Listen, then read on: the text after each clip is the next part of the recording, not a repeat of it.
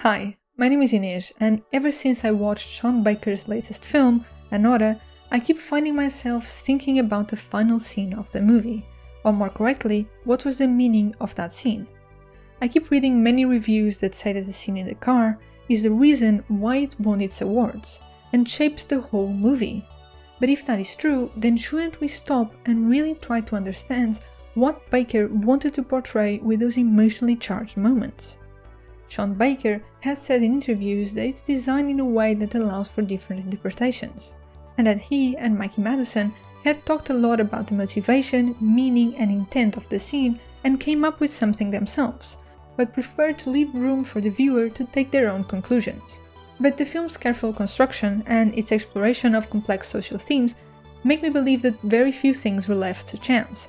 And so, if we do some unpacking, examining some other topics of the film's narrative and character arcs, we can uncover the meanings behind this emotional moment, and hopefully gain a richer insight and understanding of the film as a whole. This video will be full of spoilers, so if you haven't, go and watch the movie and then come back to see if you agree with my interpretation. The first question that I want to dive into is if Vanya and Annie were really in love. For me, the answer is yes, but only for one of them. Right at the beginning of the movie, we are introduced to Annie at work, and the movie does not shy away from its graphic content, making it clear to the viewer that this is not going to be Pretty Woman. Even though I think there is an important Pretty Woman reference, but I will get into that later. Annie is portrayed as a talented sex worker, who skillfully manipulates and strokes the ego of her clients. Then we are quickly introduced to Vanya, and their interaction mirrors the exchanges that we've seen in the first few minutes of the movie. Annie is clearly trying to charm him, and their initial interactions are professional, with him paying for her services. Over the course of their week together, it's difficult to determine if she's enjoying herself or merely playing a role. I think it's a bit of both, and at the very least, she's happy with their arrangement. In exchange for her company and sex, she gets to experience the carefree and extravagant lifestyle that his wealth provides, while also getting paid. While Annie is young, she seems to be pretty independent, but with that independence comes responsibility. And so with Vanya, she seems to have the opportunity to be carefree, and their youthful exuberance is contagious and engaging. Also, I think that Annie likes that someone with as many resources as Vanya is interested in her. Their relationship is a transactional one, but the movie kind of made me assume that these are the only types of relationships that Annie expects, with this strong belief that the only reason why men may be interested in her is for her looks and in order to have sex. Throughout the week, Annie seems focused on ensuring that Vanya has a good time, appearing more concerned with his satisfaction than her own enjoyment. Even when she's teaching him how to improve their intimacy, it seems to be for his benefit rather than for hers. Again, for her, sex seems to be primarily transactional, aimed at maintaining his interest and happiness and ensuring the continuation of their agreement. Annie seems to think that the ultimate goal that she can achieve is to marry rich and escape her lifestyle for a life of luxury. By Vanya proposing, he is not only offering this security and a way out for her, but he's also saying that he wants Annie for more than just sex, which I think contributes to Annie thinking that she's in love. What I think she loves is the life she could have with him, carefree, privileged and safe. This marriage also provides an opportunity for her to have a new identity. By marrying him, she can shed her old life and embrace a new role as his wife. This newfound identity seems to provide her with a new sense of purpose, self-worth, and a future free from the stigma associated with her previous profession. As such, there is a change in their agreement. Previously, Annie seemed very aware that she was there to provide a service in exchange for money.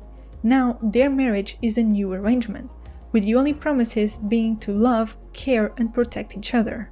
In fact, there is a noticeable shift in their relationship, from the beginning to when they get married. Before the wedding, we barely see them kissing. One of Pretty Woman's most famous quotes is how Vivian won't kiss because it's too personal. Here, in this movie, that also seems true, with kissing, even if unspokenly, representing another level of intimacy only present after their marriage. I think it's a matter of control, meaning that after he proposes, Annie is finally able to relinquish some of that control, which was what previously kept her safe. Since Vanya now represents that security, she can now be more personal and intimate with him. wanting to know more about his family and seeking to be accepted, showcasing how for her, this is a real marriage and a real partnership. When it comes to Vanya, for me, it's clear that he's not in love with Annie. He's immature, spoiled, and very impulsive, and I think he sees Annie as merely something that he currently wants, almost objectifying her.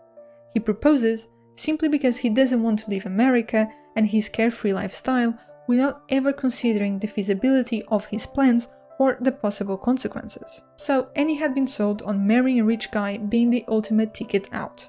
Then now she has someone else to fight her battles and protect her. As such, when Vanya leaves and breaks his vows, she is not ready to deal with this reality, leading to her strong denial that he has left her. She seems to turn on survival mode once again, with her denial protecting her from breaking down while she's in a dangerous situation. One of the most interesting things about Annie, for me, is how she never seems to be scared. Most of us would be freaking out if two men came and physically restrained us, but Annie just deals with the situation, and her response is so unexpected that it leads to the most comedic moments of the movie. Her strong personality and her apparent fearless way of speaking her mind and standing up for herself, which we've also seen in other parts of the movie, give her, even if false, a sense of control over the situation, which she uses here as a survival instinct. To be honest, Annie's view of their marriage is healthy even if not grounded in reality. She does not manipulate Vanya. Instead, she genuinely believes in their partnership. When they interact while he's drunk, she wants him to realize that he has choices and that they can fight for their relationship. She desperately wants their new life to work, wanting to be accepted by his family, who looked down on Annie exactly because of the life she thought that she had left behind.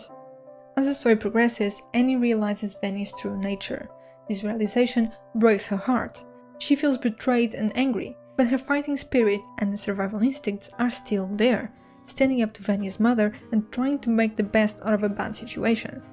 Throughout the movie, I think it's clear that Annie is smart and she's used to always trying to make the most out of every situation, because no one else will have her back. But it can be exhausting to always be fighting and hustling. Which leads me to the final scene with Annie and Igor. Many view Annie and Igor coming together as a happy ending, believing that she has found true love. However, her relationship with Igor is very complex. While he shows some good qualities, such as protecting and standing up for Annie, he initially tries to kidnap her, which complicates their dynamic. Annie acknowledges this, recognizing that despite their moments together, his actions were not acceptable, and I was quite happy that the movie made that clear. Their interaction reveals both characters' brokenness. Igor shares his own struggles and they bond over their difficult circumstances.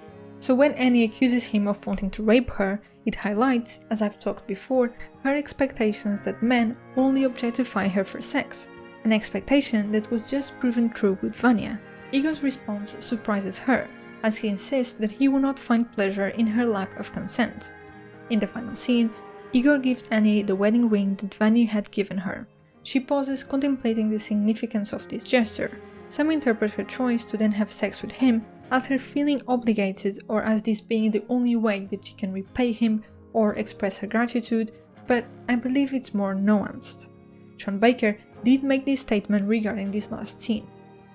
I do see it more of it being about her and not really something that she's giving to him, but something in which she's now regaining the power that she lost entirely throughout this journey. We are playing with different themes, and one of them is consent, and when he tries to kiss her in that moment, that's crossing a line for her. It's like, no, I'm in control of this moment. She's using his interest in her to once again feel in control and safe. So here, she goes back to play a part that is familiar to her, presenting herself seductively to Igor. This part allows her to be emotionally detached and secure, feeling in control as she is the one that initiates the act. So this final scene encompasses everything that I've talked about in this video, and here we come back to the issues of control and intimacy. The moment that he tries to kiss her, she stops him, and when he keeps trying, she eventually breaks down and starts crying in his arms. And that's how the movie ends. Here, it's important to see both sides of this encounter, so let's discuss Igor and what he wanted from this relationship. I do believe that he started to develop strong feelings for her at some point. He gave her the ring without any expectations that she would have sex with him because of it. He wants her to genuinely desire intimacy with him, which contrasts with her past experiences.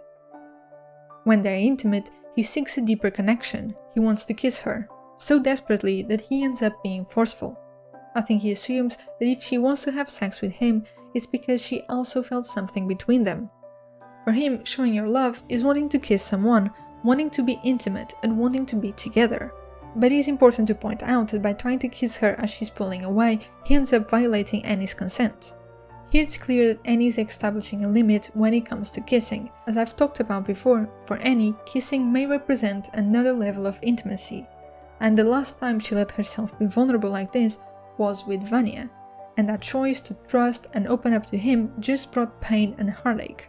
Also, kissing might be seen as an act of genuine affection, which I think also scares Annie, because it might inadvertently awaken a flicker of hope, a hope that she fears will inevitably be crushed, expecting romantic gestures to be fleeting illusions. When Igor tries to forcefully break that boundary, I think that undermines Annie's attempts to regain her power and her sense of control, and she simply doesn't have any more energy to keep struggling.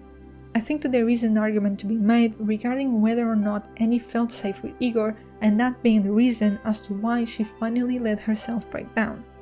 The fact that he wanted to kiss her was unexpected for her, and can be seen as she thinking that she finally found someone that she can trust.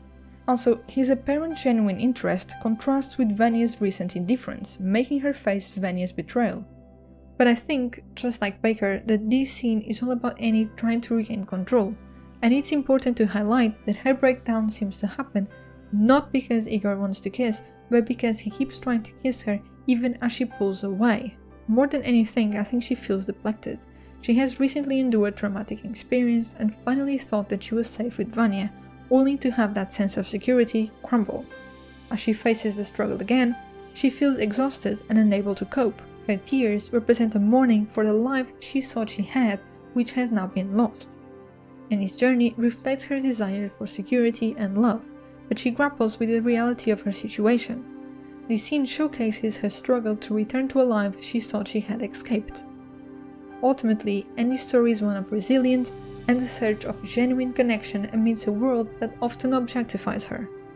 This ending is exactly the emotional gut punch that Sean Baker wanted, and I think it's just incredible how in a movie with so much intimacy, it's when Annie is crying that I felt that I was truly intruding on something extremely private and personal, and it was almost hard not to look away.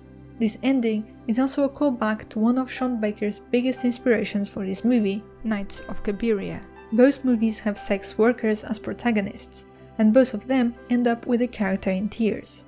In Nights of Cabiria, Cabiria sheds one single tear after being once again taken advantage of by a man, but her face also shows a small smile as she walks away, letting the viewer know that she will be okay and that life moves on. In Anora, the idea seems to be more about showing how in reality Annie is not okay, leaving it to the viewer to make their own conclusions about whether or not she will ever be. As always, this is only my opinion. Thank you so much for sticking to the end to hear my thoughts. I just love movies where we get to meet and understand a little bit better such complex and realistic characters. So I would love some recommendations. With such a multi-layered film, I also agree when the director said that this movie allows for different interpretations. So I can't wait to hear your thoughts on the movie and this final scene and your impression as you left the movie theater. If you like this video, please consider subscribing. There are many more videos that I want to make and I cannot wait to share them with you.